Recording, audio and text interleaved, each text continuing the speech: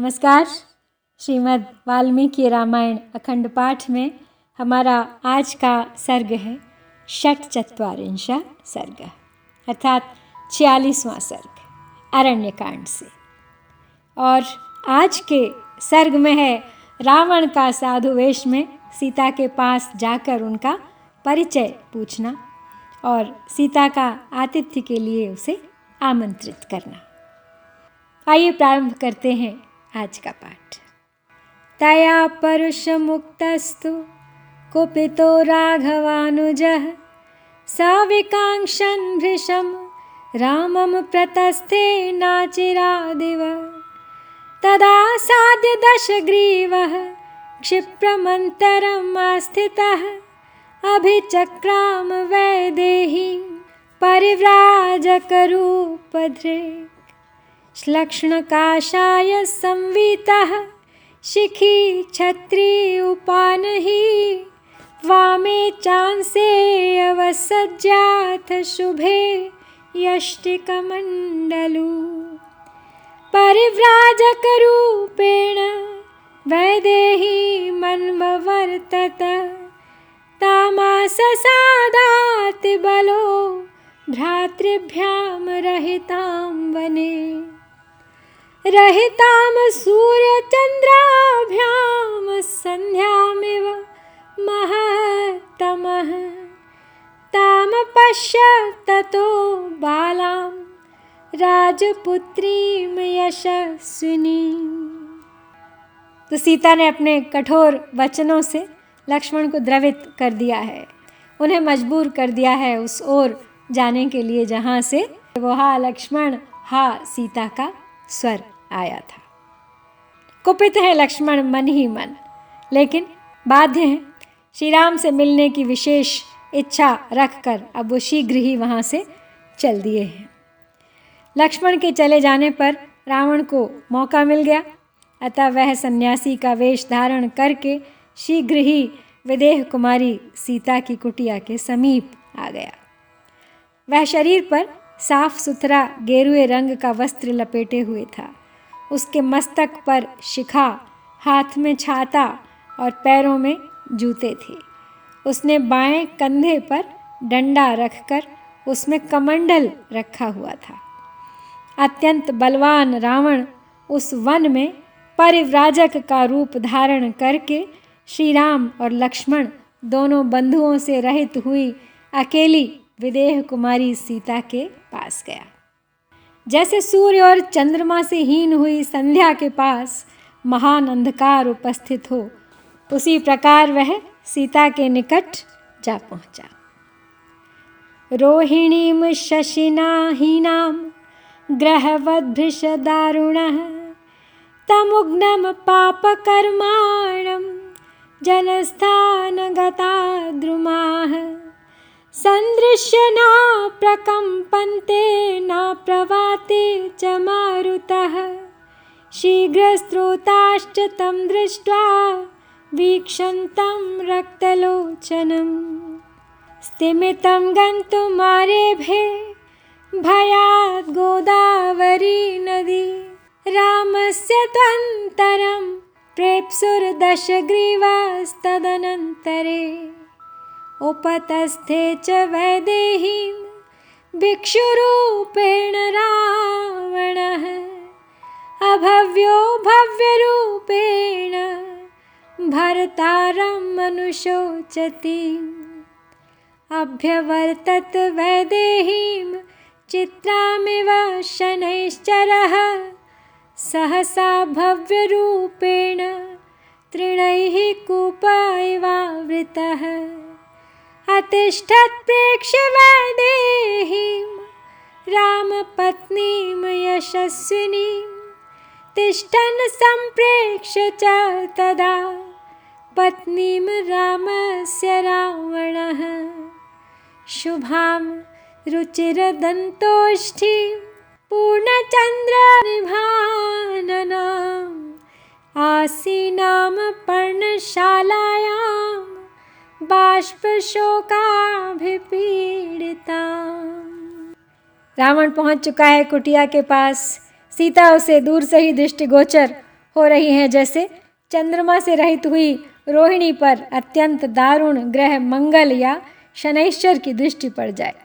उसी प्रकार उस अतिशय क्रूर रावण ने उस भोली भाली यशस्विनी राजकुमारी की ओर देखा। उस भयंकर पापाचारी को आया देख जनस्थान के वृक्षों ने हिलना बंद कर दिया और हवा का वेग रुक गया। लाल नेत्रों वाले रावण को अपनी ओर दृष्टिपात करते देख तीव्र गति से बहने वाली गोदावरी नदी भय के मारे धीरे धीरे बहने लगी।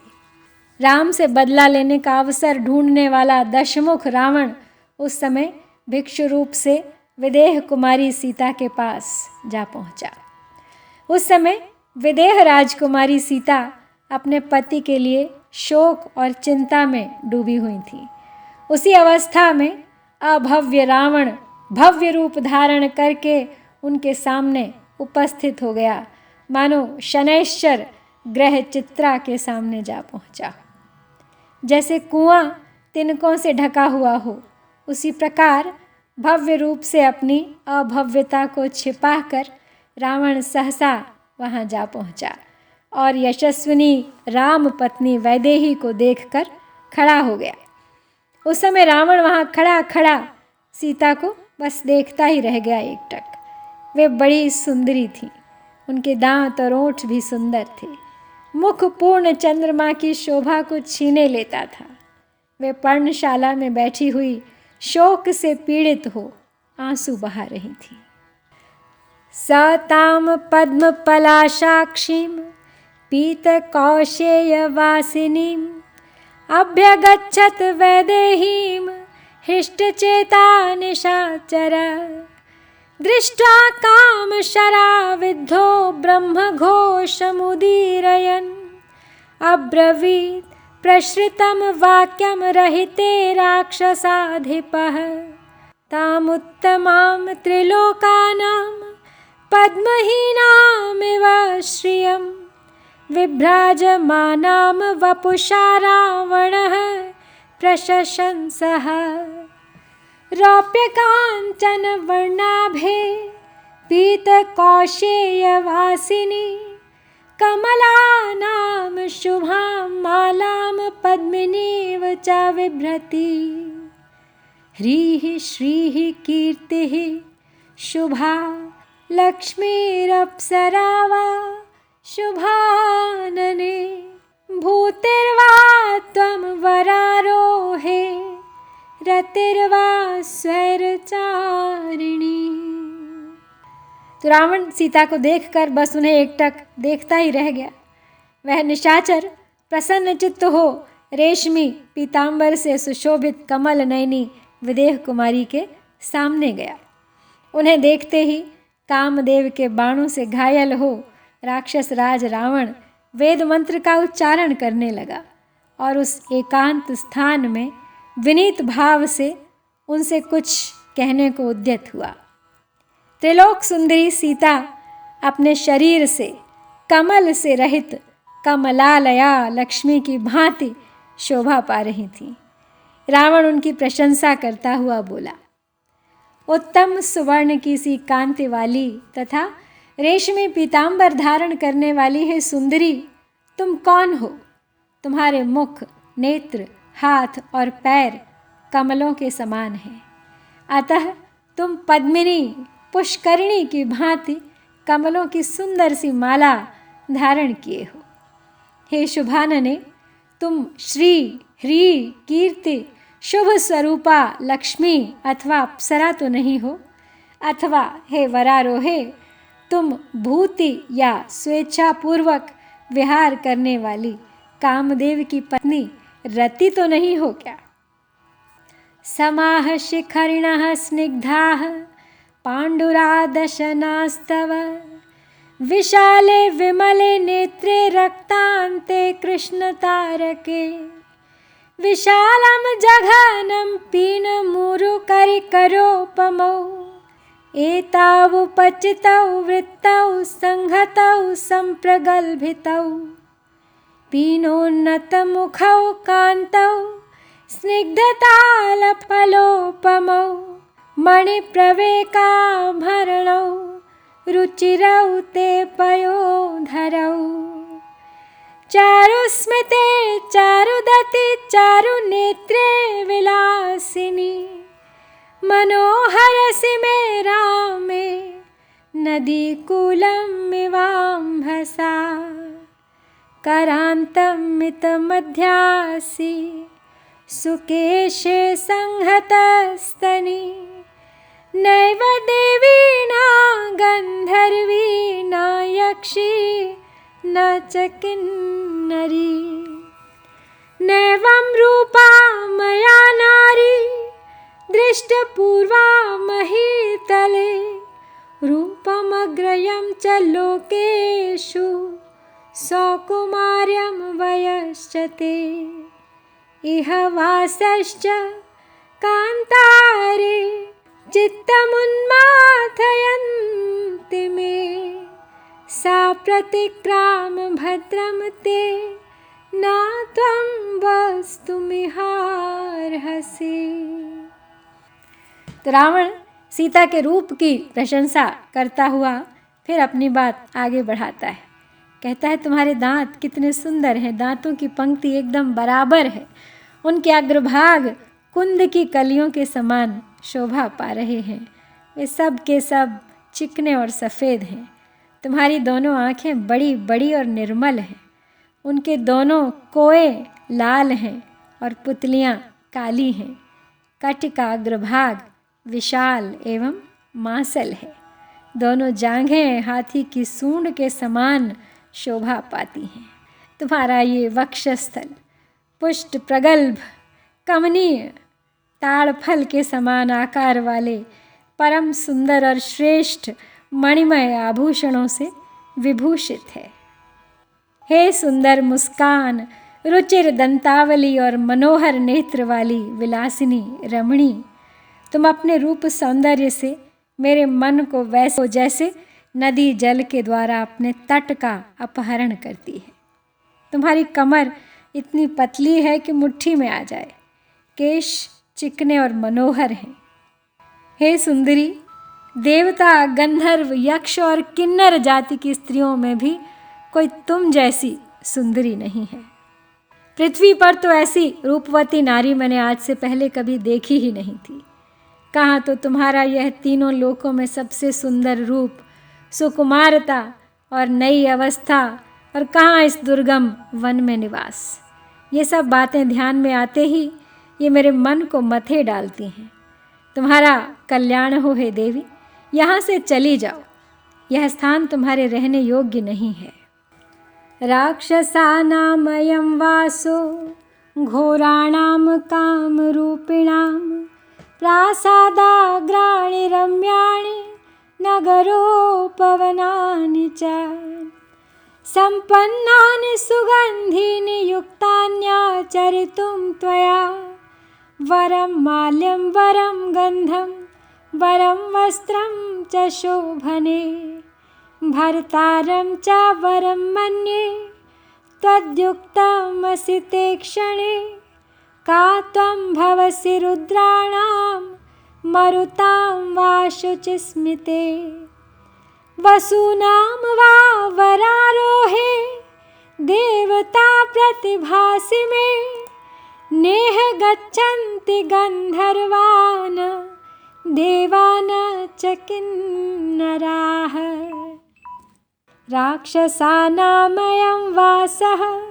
कथं तु त्वमिहागता इह शाखा मृगाः सिंहा द्वीपव्याघ्र मृगावृकाः ऋक्षास्तरक्षवः कंकाः कथं तेभ्यो न बिभ्यसे मदान्वितानां घोराणां कुञ्जराणां तरस्विनां कथमेका महारण्येन बिभेषि वरानने कासिकस्य कुतश्च त्वं किं निमित्तं च दण्डकाम् एकाचरसि कल्याणी घोरान् राक्षससेवितान् इति प्रशस्ता वैदेही रावणेन महात्मना द्विजातिवेषेण हि तं दृष्ट्वा रावणम् आगतं सर्वैरतिथिसत्कारैः पूजयामास मैथिली। तो रावण साधु वेश में, भिक्षु के वेश में सीता को शिक्षा दे रहा है यही कि यह स्थान तुम्हारे रहने योग्य नहीं है, तुम यहाँ से अन्यत्र चली जाओ। यहाँ पे तो इच्छानुसार रूप धारण करने वाले भयंकर राक्षस रहा करते हैं। तुम्हें तो रमणीय राजमहलों, समृद्धिशाली नगरों और सुगंध युक्त उपवनों में निवास करना और विचरना चाहिए। हे शोभने, वही पुरुष श्रेष्ठ है, वही गंध उत्तम है और वही वस्त्र सुंदर है जो तुम्हारे उपभोग में आए। हे कजरारे नेत्रों वाली सुंदरी, मैं उसी को श्रेष्ठ पति मानता हूँ जिसे तुम्हारा सुखद संयोग प्राप्त हो। पवित्र मुस्कान और सुंदर अंगों वाली है देवी, तुम कौन हो? मुझे तो तुम रुद्रों, मरुदगणों अथवा वसुओं से संबंध रखने वाली देवी जान पड़ती हो। यहाँ गंधर्व, देवता तथा किन्नर नहीं आते जाते हैं, यह राक्षसों का निवास स्थान है। फिर तुम कैसे यहाँ आ गई? यहाँ वानर, सिंह, चीते, व्याघ्र, मृग, भेड़िए, रीछ, शेर और कंक, गीध आदि पक्षी यहाँ पर रहते हैं। तुम्हें इनसे भय क्यों नहीं हो रहा है? हे वरानने, इस विशाल वन के भीतर अत्यंत वेगशाली और भयंकर मदमत्त गजराजों के बीच अकेली रहती हुई तुम भयभीत कैसे नहीं होती हो? हे कल्याणमयी देवी, बताओ तुम कौन हो, किसकी हो और कहाँ से आकर किस कारण इस राक्षस सेवित घोर दंडकारण्य में अकेली विचरण करती हो?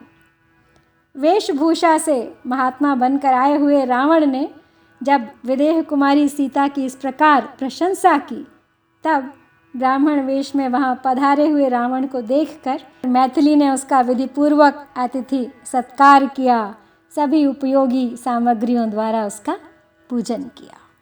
उपानीयासनं पूर्वं पाद्येनाभिनिमिन्त्र्य च अब्रवीत् सिद्धमित्येव तदा तं सौम्यदर्शनं द्विजातिवेषेण समीक्ष्य मैथिली समागतं पात्रकुसुम्भधारिणम् अशक्यम् उद्द्वेष्टुम् उपायदर्शना त्रयमन्त्रयद् ब्राह्मणवत्तथागतम् अशक्यम् उद्देष्टुम् उपायदर्शनान्यमन्त्रयद् ब्राह्मणवत्तथागतम् इयं वृषि ब्राह्मण काममास्यतामिदं च पाद्यं प्रतिगृह्यतामिति इदं च सिद्धं वनजातमुत्तमं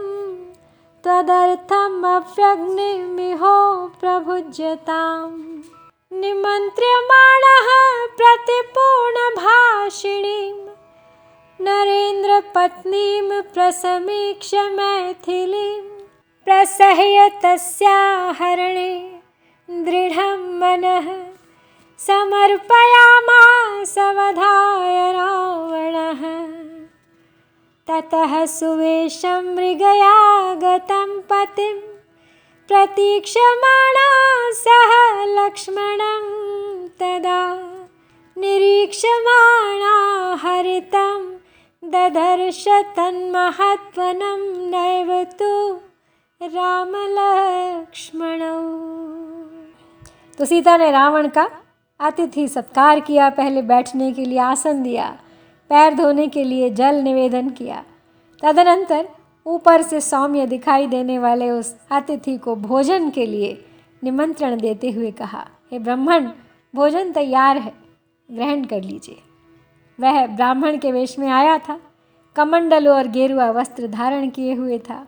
ब्राह्मण वेश में आए हुए अतिथि की उपेक्षा असंभव थी। उसकी वेशभूषा में ब्राह्मणत्व का निश्चय कराने वाले चिन्ह दिखाई देते थे। अतः उस रूप में आए हुए उस राक्षस रावण को देखकर मैथिली ने ब्राह्मण के योग्य सत्कार करने के लिए ही उसे निमंत्रित किया।